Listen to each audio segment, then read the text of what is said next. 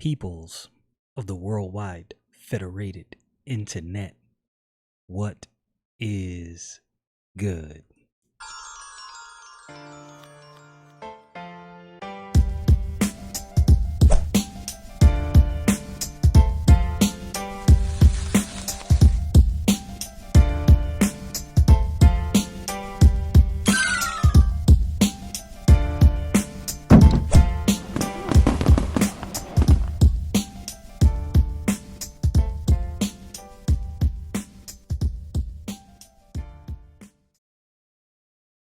So, those who've been following me for a while, you know that intro was kind of different.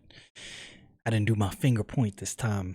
For those who just listen on audio, it was just the same. As I'm reading through the book of Exodus, I'm mindful of something that I always say, and it's just brought back to mind again. When you look through the Bible, you see God's call to humanity, right? His reach toward mankind, his kindness, his long suffering, his patience, his love, and you see man's disregard. You see how men throughout history, not just new, can care less about what's right, what's wrong, what's evil, what they do to other people. It's irrelevant. But also what you see. So when I hear people, and I've talked to friends of mine who have made this statement, and to those people, if you're listening to this podcast, this is definitely not an attack on you. You're not the only person to say it. I've just heard this time and time again. When I hear people's criticism of God via what they see in the Bible, and namely the Old Testament, because that's generally where people go for these criticisms. What I don't see is I don't see an acknowledgement of, okay, I hear you out. I hear what you're saying, but what prompted this? That's almost never discussed. It's like, well, this, and this happened. Okay, cool, true, that happened. What happened before that? What led up to this? You rarely ever hear those things discussed, and I'm kind of going to get to that in a roundabout way. Well, saying a roundabout way, kind of directly, here in the book of Exodus, chapter 12. So anyway, without further ado, let's get into this. All right, so Exodus chapter 12 and verse 22. And ye shall take a bunch of hyssop and dip it in the blood that is in the basin, and strike the lintel and the two side posts with the blood that is in the basin, and none of you shall go out at the door of his house until the morning. So that word lintel, I had to look it up because I was like, well, what does that mean? And I had to look up the word hyssop. And the word hyssop means what it is. It's a plant used in purificatory sprinkling rites by ancient Hebrews. Sometimes you try to say some of those words and turns into tongue twisters. So this was the leaf of this plant was used in a purification process, and everything I read about the plant said it had a very strong aroma. I imagine it probably smelled good if I had to guess. Verse 23, for the Lord will pass through to smite the Egyptians, and when he seeth the blood upon the lintel and on the two side posts, the Lord will pass over the door and will not suffer the destroyer to come in unto your house to smite you. That word lintel, that is the headpiece of a door frame or window frame.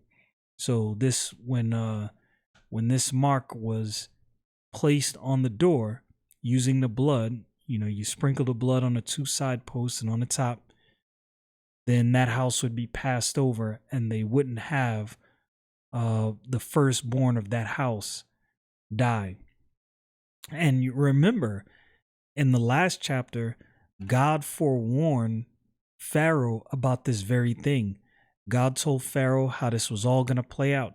So Pharaoh had the opportunity to repent, turn course, let the children of Israel go, and go about his merry way, but he didn't do that. He heard what Moses said. He heard what God said was going to happen, and he just went right past that as though he didn't hear it.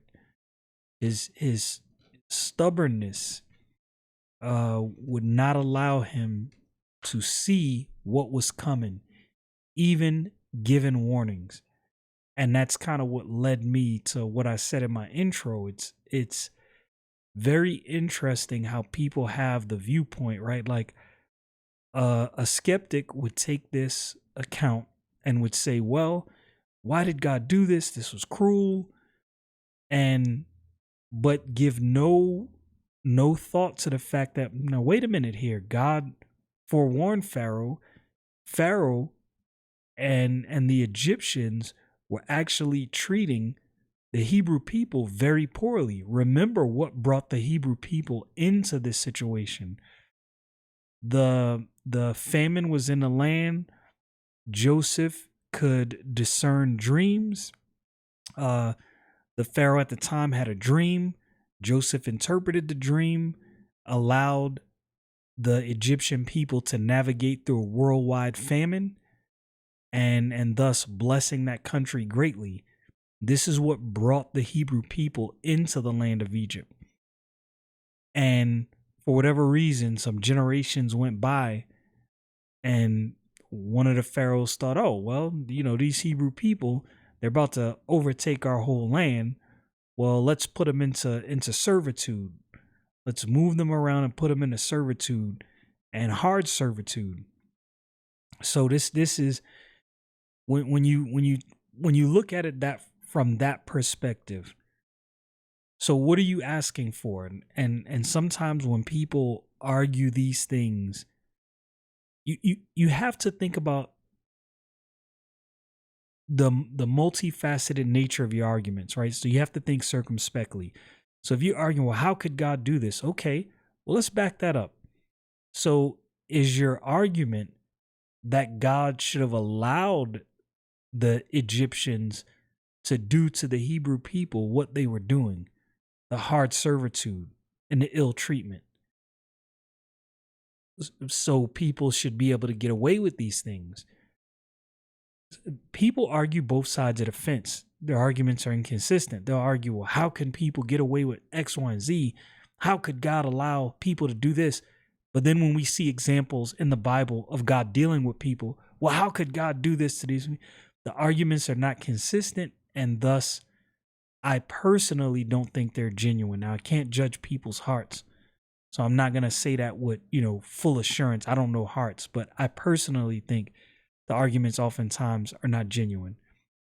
Verse 24, and ye shall observe this thing for an ordinance to thee and to thy sons forever. So this is something that they're going to observe for all generations throughout their history.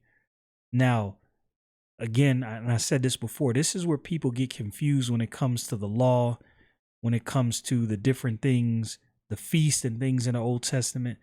This is not a matter of redemption and of salvation and of righteousness, right? This act, nowhere in this do you see where God expresses to them that this act makes them or establishes their righteousness. You don't find that. You do find where the Bible says that Abraham believed God and this was counted to him for righteousness. You find that mentioned in the New Testament, and you also find that in the book of Genesis, but nowhere in here do you see this feast, this Passover, this ordinance having anything to do with the righteousness of these people. And so when people use things like the law and the ordinances when discussing righteousness, it's like, well, first let's look at the Old Testament and let's see if it says that this thing actually established righteousness in the people. You don't find that. So it's a false conclusion. Verse 25, and it shall come to pass when ye become to the land which the Lord will give you, according as he hath promised, that ye shall keep this service. Now here's another thing. God just told them that they were definitely going to the land that he promised. So when they got to the wilderness and there was all this murmuring and all this worry and all this concern that they were left hung out to dry, what they should have done is they should have thought about what happened and what God promised them in Egypt. They should have thought about the plagues. They should have thought about how God brought them through, and thus said, hey, it might not look good right now. God made a promise, and he definitely showed us while we were in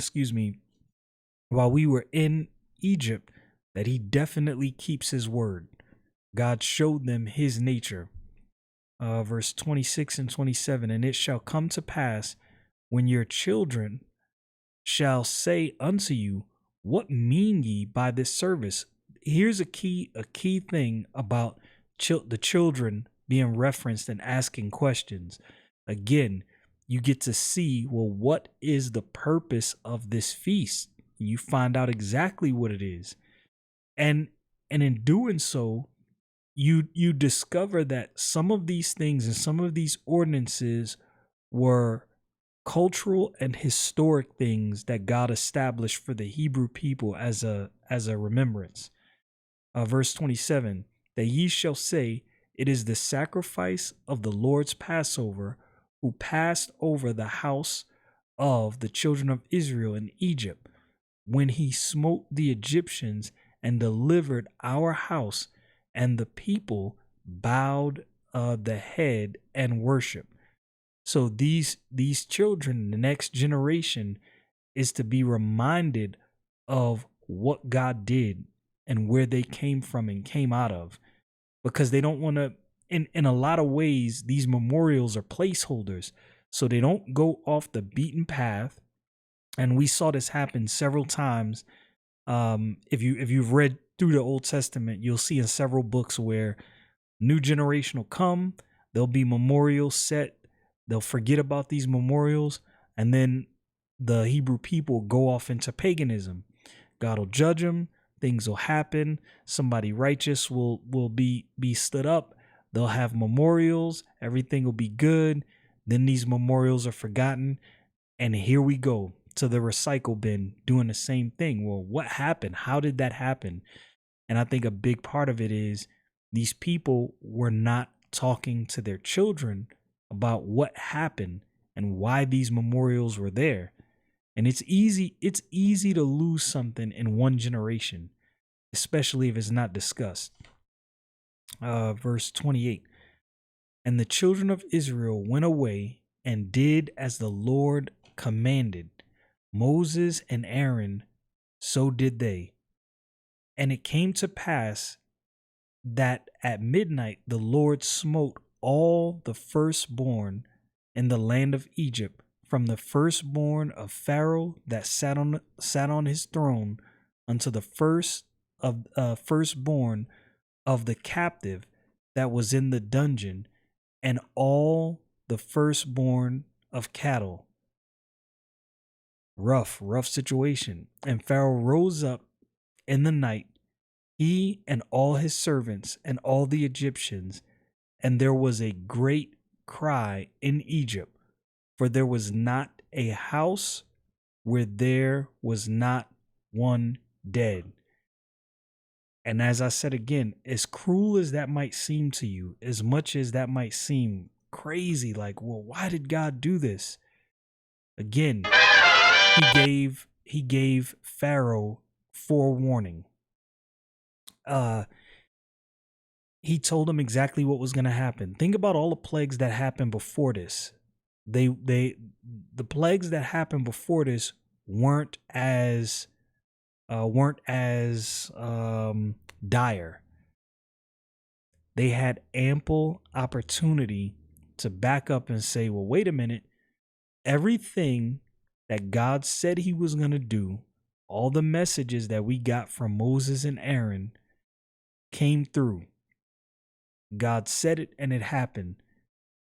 So